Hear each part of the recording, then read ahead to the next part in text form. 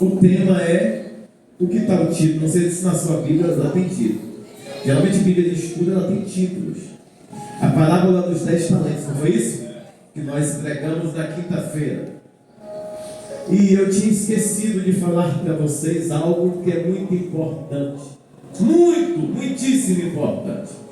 Quando você vai analisar a distribuição do talento, Deus ele deu 5 para um, 2 para outro e 1 para outro. Quantos são? E por que 10? Porque Deus já está no resultado.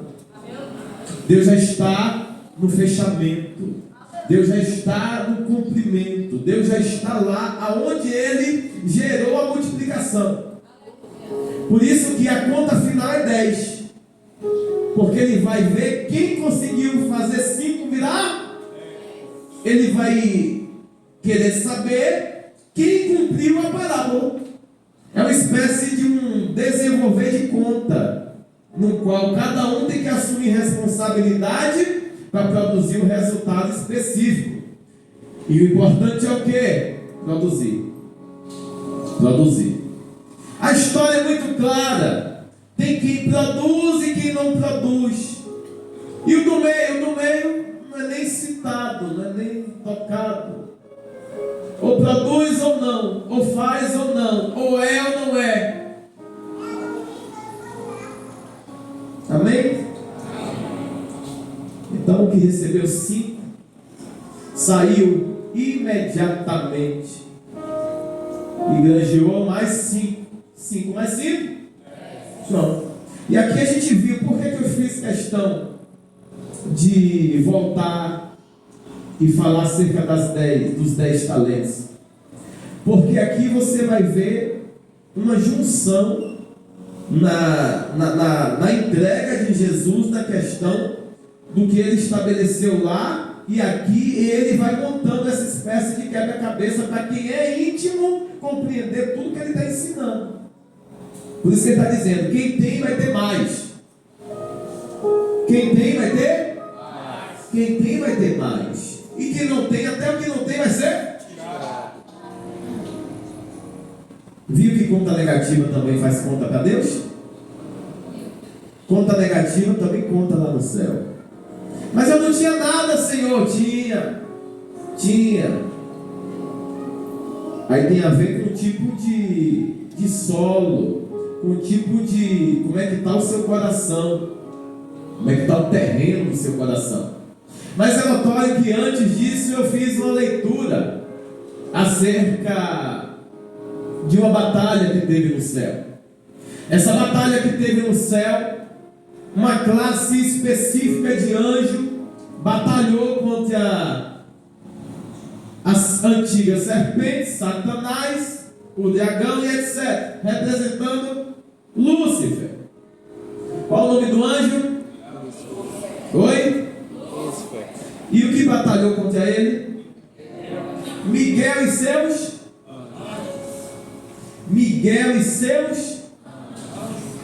Por que não foi Miguel e os anjos de Deus? Aqui você vai ver logo que é hierarquia. Aqui você vai compreender que cada um tem que prestar conta daquilo que Deus lhe entregou. Então é Miguel e seus pelejaram. O dragão e seus.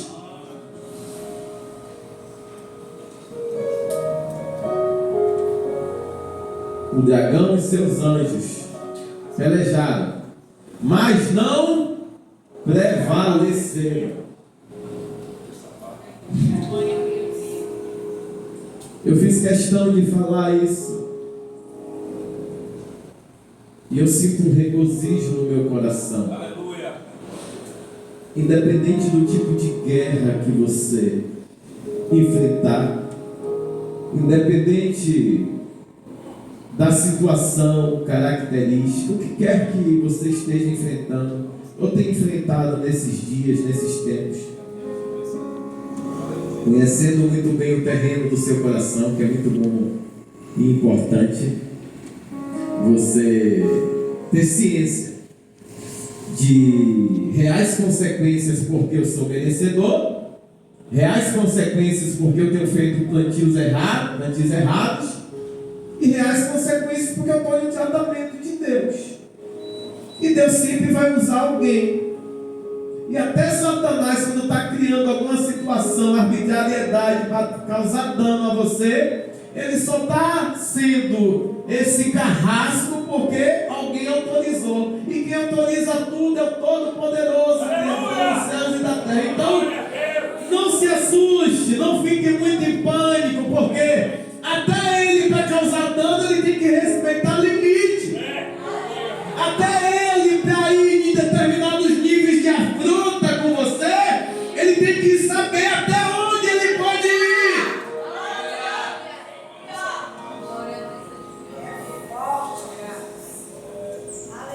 Então até os agentes, anjos demoníacos, que recebem dentro das suas funções e missões para poder descer e causar determinado tipo de dano, até esses demônios sabem que tem que respeitar limite.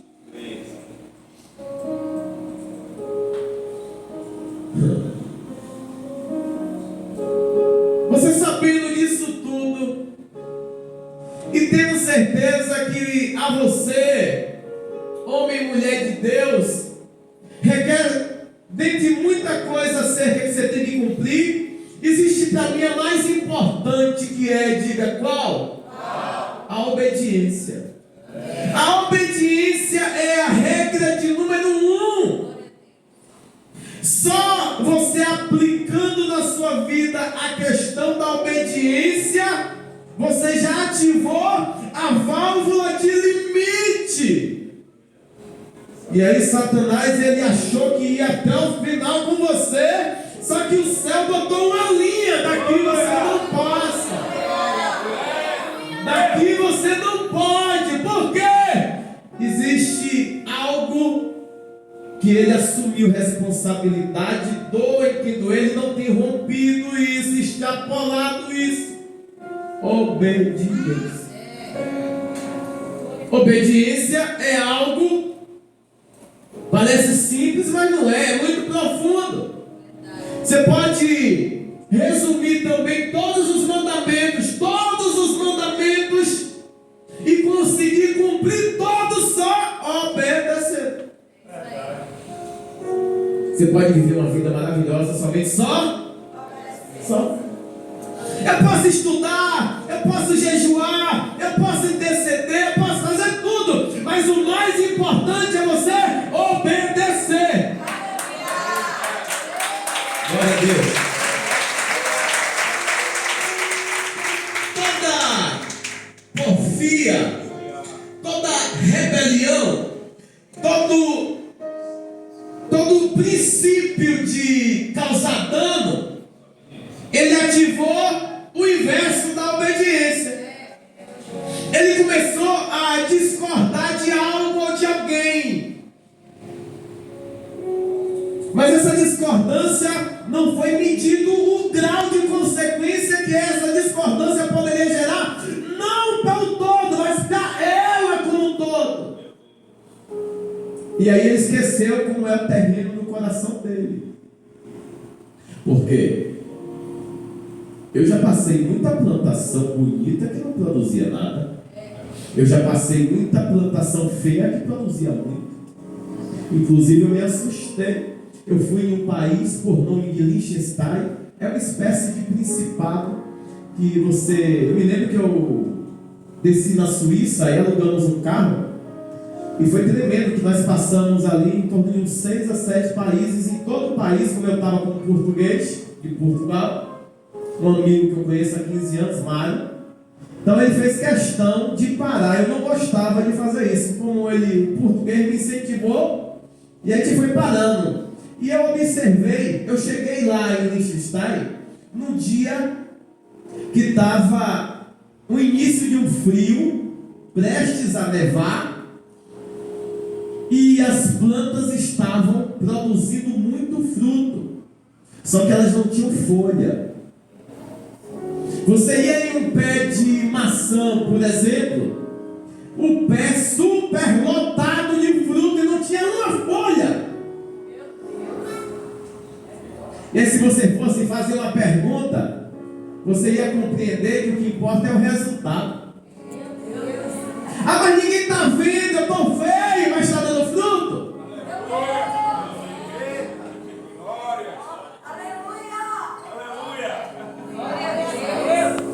A ativação da germinação para a produção tem a ver com o interior e não com o exterior. Eu, por exemplo, eu gosto muito de plantas frutíferas. Se você disser assim, eu vou lhe presentear com uma planta, produz fruto. Ah, dá uma flor bonita. Pronto, a flor nas datas comemorativas eu dou para minha esposa, eu compro em outro lugar. Eu gosto de planta que produz frutos e esses frutos possam saciar aquilo que eu desejo. Por isso que você vai ver cada fruta tem uma vitamina inserida ali dentro. Dentro do seu núcleo, cada fruta vai produzir um suplementar necessário dentro de você. Só que a fruta, depois que entra, acabou. Mas a árvore está ali. Então tome cuidado, porque às vezes você encheu uma cesta de fruta, ou duas, levou para casa e achou que aquilo era tudo. Só que toda fruta ou todo fruto tem prazo de validade. Sério? Sério. Por exemplo, a árvore, Deus cria, Ele cria a árvore, e tudo isso é feito através de uma voz de comando. A voz de Deus ela é unânime. E eu não quero me ater a isso, porque nós sabemos que Ele é poderoso. Ele é poderoso, majestoso. Então Ele diz que haja. Você arranca o fruto da árvore, a árvore continua viva, não foi? Deixe na fruteira da sua casa essa fruta ou esse fruto, e você vai ver que lá ele tem um prazo de validade. Tem ou não tem? Toda a fruta. A árvore pode ficar sem chover X quantidade de dias. Ela tem uma coisa que nós temos que aprender. Diga o quê? Reserva de segurança. O que é reserva de segurança, apóstolo? É um cuidado particular que eu tenho que ter. Não é porque eu estou produzindo muito fruto que eu sou o cara. Não é porque quando chego em mim sempre tem, que eu não vou cuidar do que está dentro. E o que está vindo para fora é oriundo do como está dentro.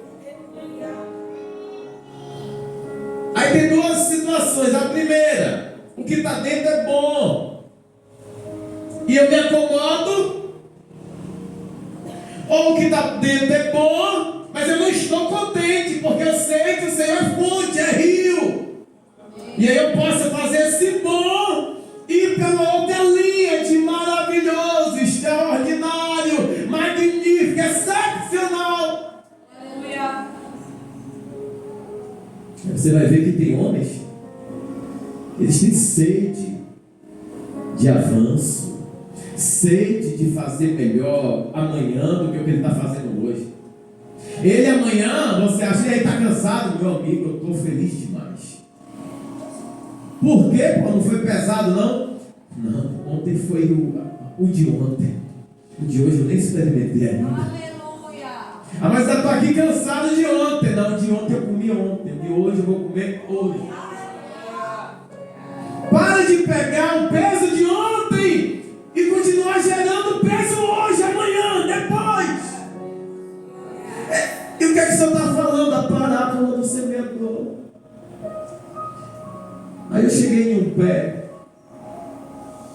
de maçã belo. E eu fiquei chateado. Diga por quê? Porque maçã, pera, ameixa, lá é igual a manga aqui, que o dono não está nem aí. Eu falei, meu amigo, eu doido para ter um pé desse em um lugar para eu poder tirar. E lá é tudo normal. Então deixa eu te falar um negócio. O ambiente é normal até o Senhor passar. Quando o Senhor passa, o ambiente já não é mais normal. Só que se tratando de fruto, independe do lugar que o fruto nasceu. A terra é uma terra que nasceu em um principado específico com características e clima apropriado para aquela fruta.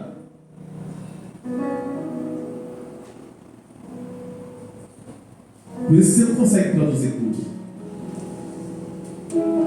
Porque tem coisa que você não vai conseguir produzir. Você não ficou pré-estabelecido diante de Deus para ser produtor desse item, dessa situação ou dessa característica. Por isso que tem gente que vai produzir maçã, tem gente que vai produzir tomate, cada um vai produzir um tipo de fruto. Eu preciso do tomate, você precisa da maçã, eu preciso da manga, você da banana. O melhor mercado que já existiu na terra foi o mercado de escambo, porque ali, se tu não tivesse humildade, tu não comia, ou então ia comer só do que você produzisse. Não tinha outro tipo de moeda, de troca. O escambo era produções e trocas específicas. Nosso problema é que a gente, se não for do interesse, a gente para de produzir. Nós queremos mandar um fator natural pelo qual nós somos criados por Deus. Por isso que isso afeta a quantidade de fruto que a gente gera. Eu tenho habilidade para produzir a 100 por 1, mas eu só produzo a 30. Por quê? Porque muita gente não vai poder ser influenciado por isso. Eu podia já estar produzindo muito mais, mas eu só estou nas 30. Ah, mas para mim está bom, tudo bem. Não tem nada a ver com você. É produzir para o céu, é produzir para Deus, é produzir para o fundamento. Fruto tem data de validade. Árvore tem? Mas se não chover, não, ela continua sugando todos os nutrientes até o tempo. Depois de um tempo, se não tiver a próxima chuva, até a árvore que produziu aqueles belos frutos, elas vão. Só que existem alguns estudos específicos de raízes que tudo em cima morreu, secou, mas a raiz conseguiu ficar ali em torno de 7 a 8 anos. Por isso que vem aquela expressão, ao cheiro das águas. Então tem árvore frutífera que ela parou de produzir há muito tempo, por características, por situações, por questões pessoais. E aí tudo foi secando à sua volta, ao seu redor, ninguém vê mais nem folhagem, não vê nada, os galhos quebraram, tudo secou. E essas árvores, ou melhor, esse resto de raiz, só precisa que alguém possa soprar. Ruach. Aleluia. Porque tem que ser um sopro do alto, de alguém que tenha fundamento, de alguém que não escuta muitas coisas daqui, porque está convicto e cravado dentro do seu coração aquilo que veio de lá. E o que veio de lá arde, queima, geme, gera padecimento. Por isso que você vai ver determinados tipos de mártires que sucederam, passaram na terra, que a fruta, ao invés de esmorecer, aflorava esse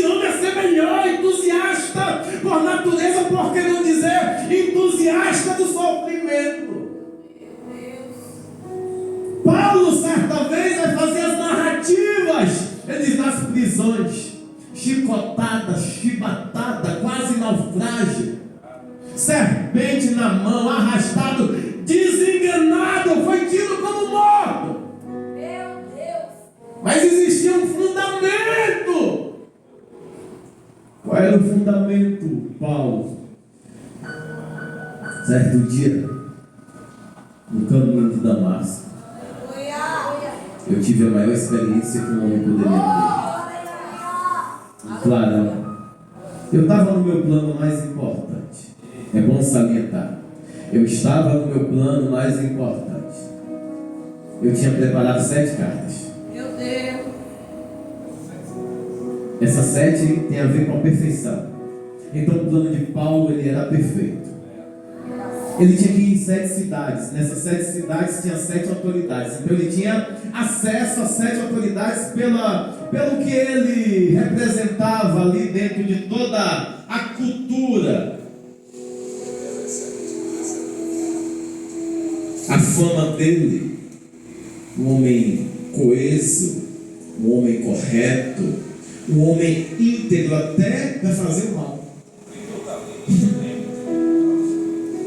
Tem gente assim lá fora? Um monte. Só está canalizado para o lugar errado.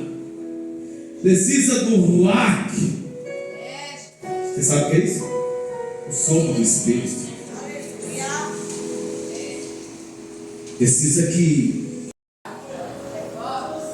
E quando ele soprou, eu perdi o sentido do meu plano original. O que está faltando talvez na vida de muitos de vocês é você perder o sentido, perder o destino do plano original que você estabeleceu. Se desligar do céu e se tornar no de Deus. Se desligar de tudo aquilo que você porventura. Mas eu tenho direito a sonhar e deve. Eu tenho direito a planejar e deve. Eu tenho direito a estabelecer um plano de ação, desenvolver uma viabilidade para que eu venha ser exitoso, coeso, bem-sucedido. Tem e deve. Mas acima disso tudo, faça como Paulo. Tudo que eu aprendi, tudo que eu conheci, eu trato como esterco.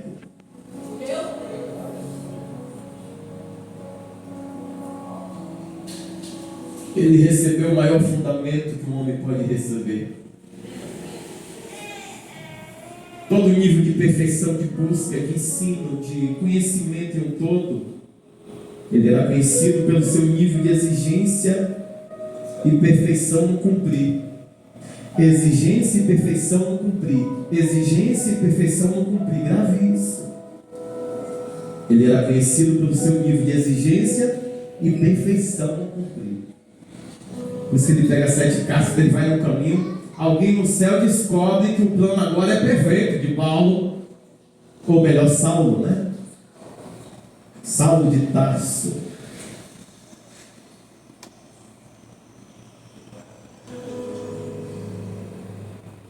Saulo de Tarso. Ele está com as cartas. Ele está com autorizações. E para você saber que ele não estava de brincadeira, ele está acompanhado por uma espécie de escolta que era para dar legitimidade ao plano, porque existia algumas insígnias nos escudos que determinava o tipo de patente que tinha representado aquelas autorizações, para que ninguém pudesse se meter, para que não desse choque político. Então o plano era perfeito. Mas aí o perfeito dos perfeitos aparece no caminho, através de um clarão.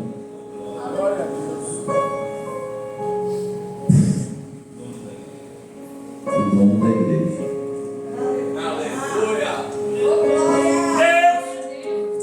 Aí ele, quando recebe aquele clarão, a palavra diz que ele cai com o rosto em terra. E ele fala uma frase: quem é, Senhor?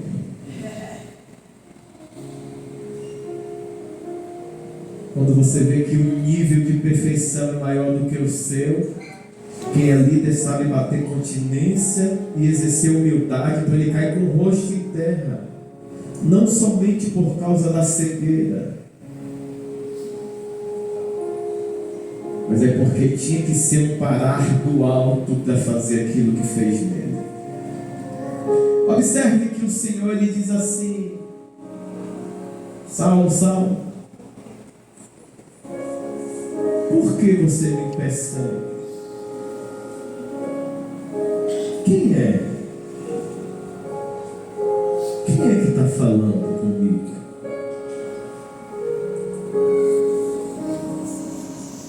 Quem é? Porque eu estou com a perfeição nas minhas mãos. E eu não vejo ninguém com coragem de confrontar essa perfeição. Que perfeição? O que eu estabeleci de plano sórdido para gerar prejuízo aos cristãos. Que perfeição! O plano que eu fiz agora acabou com esse movimento de crescer, crescer, crescer. Eu vou arrastar todos em praça pública, só que agora com autorização das autoridades locais de 7 cidades. Acabou a brincadeira, eu vou botar vocês tudo enclausulado. Vocês vão ficar em pânico, por isso que vocês vão se esconder. E quem tiver coragem vem para a rua, e quem vier para a rua eu mato.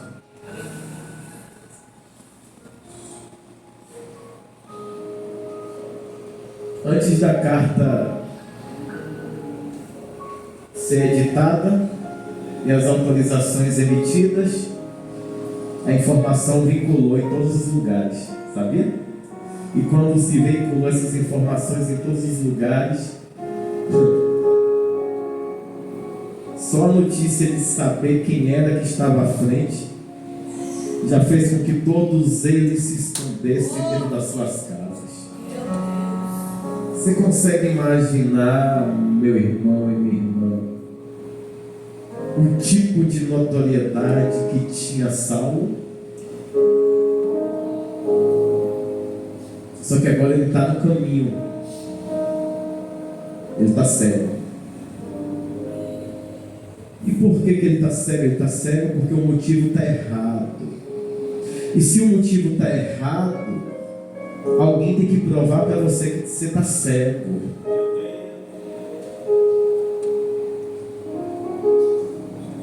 O motivo que ele estabeleceu foi o mesmo motivo que gerou cegueira dele.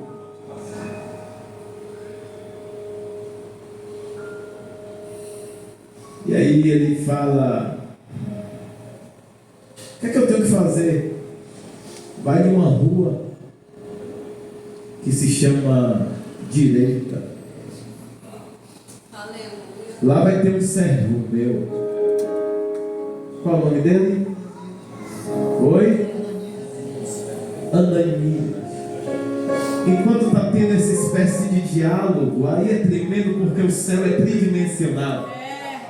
E o céu sendo tridimensional, o que é que ele faz? O diálogo está ali no caminho. E o Senhor já está conversando com quem? Com Ananias, que está onde? Dentro de uma casa, em uma rua chamada Direita, com medo, porque a notícia que Saulo estava vindo.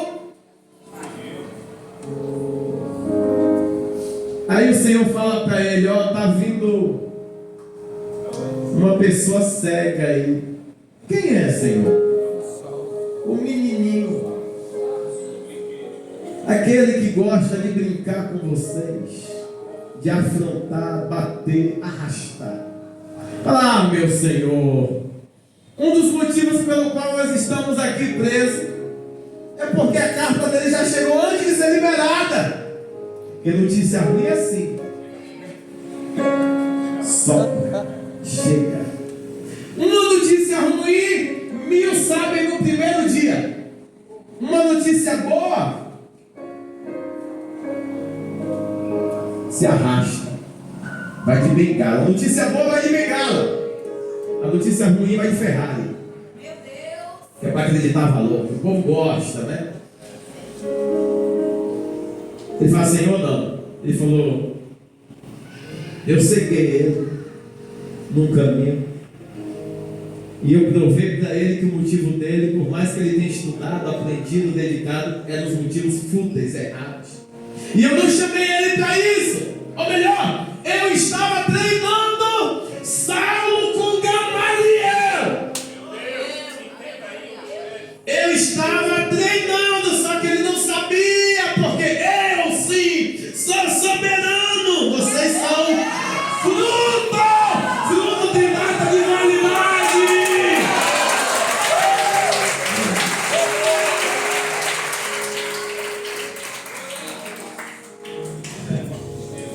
Então, na data que Saulo produziu mais fruto, o fruto estragou. E a árvore está sem água. A árvore Saulo está sem nutriente. E ficou seco. E agora ele tem que ir em um lugar que alguém tenha o poder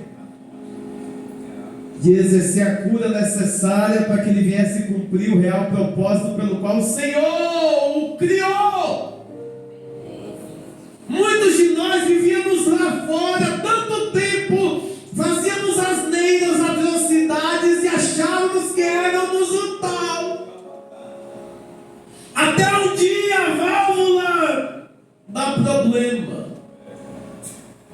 Ou na minha vida, ou na minha casa, na minha família, no meu casamento, no trabalho, na empresa, ou no projeto, ou até na perfeição.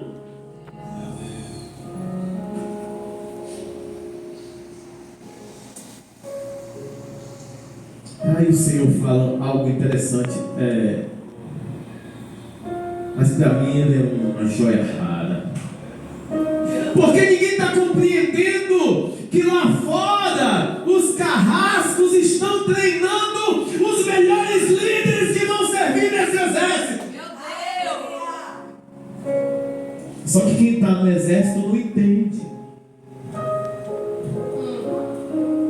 Eu poderia fazer uma segunda pregação só com essa, mas eu quero pregar sobre o que o Senhor me entregou.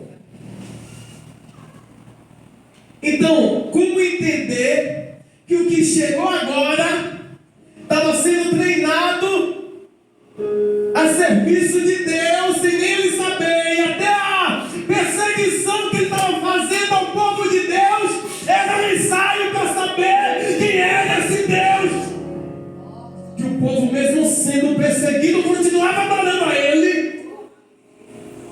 Então é um ensaio. Ele está lá fora, sendo treinado nos melhores lugares, com os melhores líderes, recebendo as melhores condições de influência para poder ter acesso e transitar livremente nos lugares. Só que tudo isso é plano de Deus. E o diabo, ele está feliz da vida. Porque suscitou o plano da perseguição extrema. Só que o Senhor falou, agora chegou a minha vez.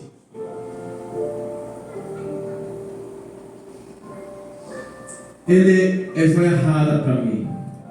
Ele é um vaso precioso para mim, disse o Senhor para Ananias. Porque é difícil você receber um ladrão, um matador, um maquiavélico, sem despir daquilo. E aí os que estão aqui antigos, ou na eclésia, ou nas igrejas, ou num conclave, vai dizer, você vai ver o que é que esses aí vão fazer. Porque quem está nos níveis de antiguidade perdeu o senso da responsabilidade com a chamada, que é mais importante do que tudo. E se tiver que roubar, roube, enganar, engane. Mas a igreja tem que continuar sendo igreja.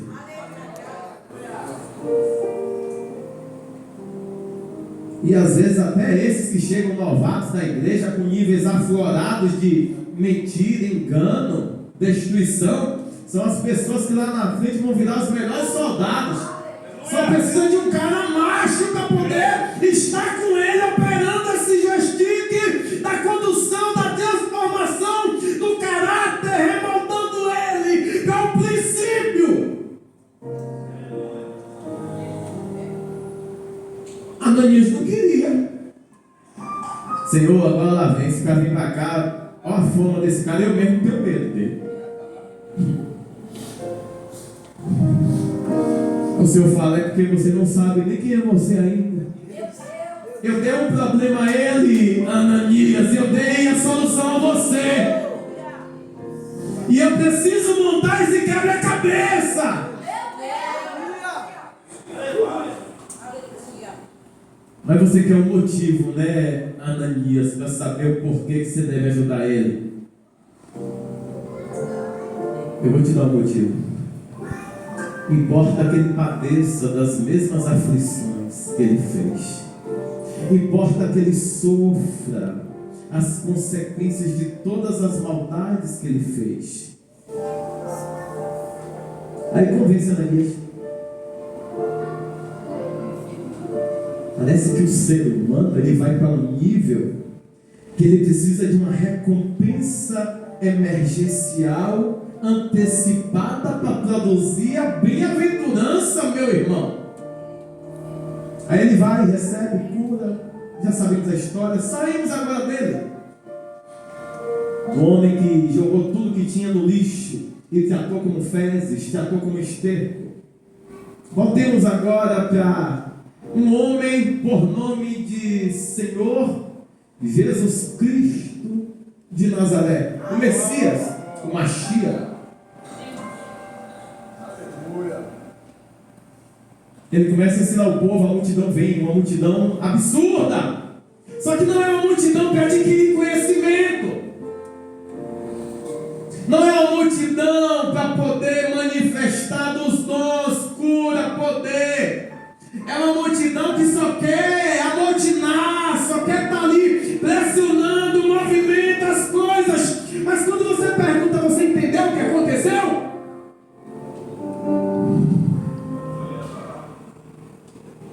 Então, se não tem uma multidão comprometida, o Senhor também não tem a obrigação de produzir eficiência e nem palavras claras. Por isso que ele, quando se tratava de determinados tipos de multidões, ele só falava por parábolas.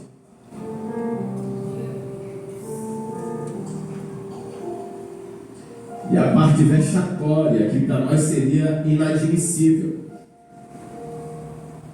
O líder, ele deixou o povo todo em pé. O líder deixou o povo todo em pé e ficou sentado no barco, irmãos. Ainda no balanço, ó. Para ensinar uma coisa que ninguém entendeu. Meu Deus! Para falar de um assunto que é restrito.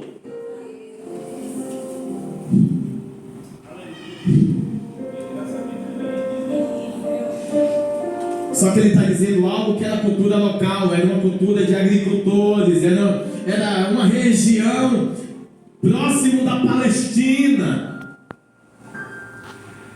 Então ele vai usar representações locais, estruturas físicas reais, para ver se a pessoa abre o olho e fala: ei, está na sua frente a pedra, está na sua frente o espinho, está na sua frente a rocha.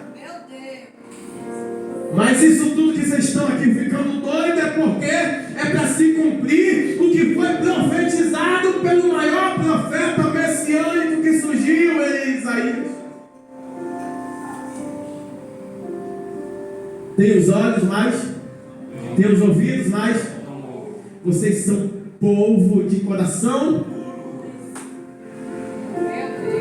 Estão de olho na colheita, estão de olho naquilo que é o que vai ser interessante, mas se for necessário semear no lugar certo, o grau de dificuldade é maior e consequentemente falar: eu não estou entendendo nem o que ele está falando. Mas por que você está ficando? Aí eu estou ficando por quê? Está todo mundo aqui. Sim, mas o que foi que aconteceu? Eu Não sei não. Mas, tudo bem. A multidão cercou e ele não suportou estar perto da multidão, ele foi para o barco. Que você vai achar que Jesus está em todo o movimento. Você vai achar que Jesus ele vai ficar pertinho ali de toda a multinação. E por que ele vai para o mar? Falei, por quê? Porque existe um representativo do mar na Bíblia que chama-se limite. Então quando ele entra no barco ele fala, daqui vocês não passem, por favor. Aqui é só para quem tem intimidade. Aqui é só para quem entende o que é palavra reta. Aqui é só para quem entende o que é fundamento. Aqui é só para quem quer viver aquilo que foi o motivo pelo qual o Pai me enviou. Se você quer viver na mesma lida, no mesmo jogar semente. O cultivo era uma espécie de modelo artesanal. Então o carinha botava uma sacolinha aqui, uma capanga, ia pegando as sementes, ó. Pela estrada, e aí ele lançou semente em todo lugar. Ele não estava preocupado com o efeito que estava causando. Oi? Ele não estava preocupado. Todo demônio que está gerando sonolência, sai daqui, seus miseráveis, em nome de Jesus. Recebam fogo, sejam consumidos, miseráveis, ordinários. Deixa o povo! Peste infernal. É doido, né? O cara é doido, eu sei. Certo é o diabo que gera o sono. Se eu sou doido que estou repreendendo ele, certo é ele que está gerando sono e estou atrapalhando até o seu roncar.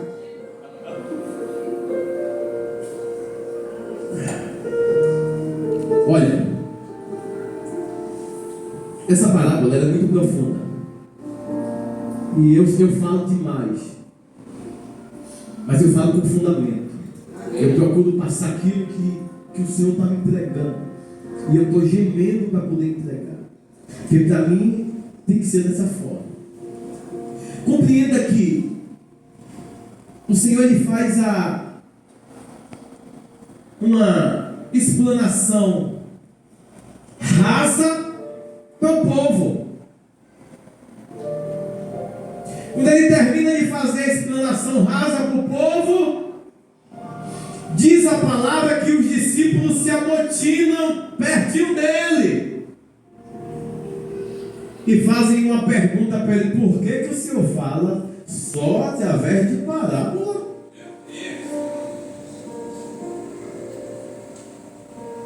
Porque eu produzo intimidade para quem é íntimo.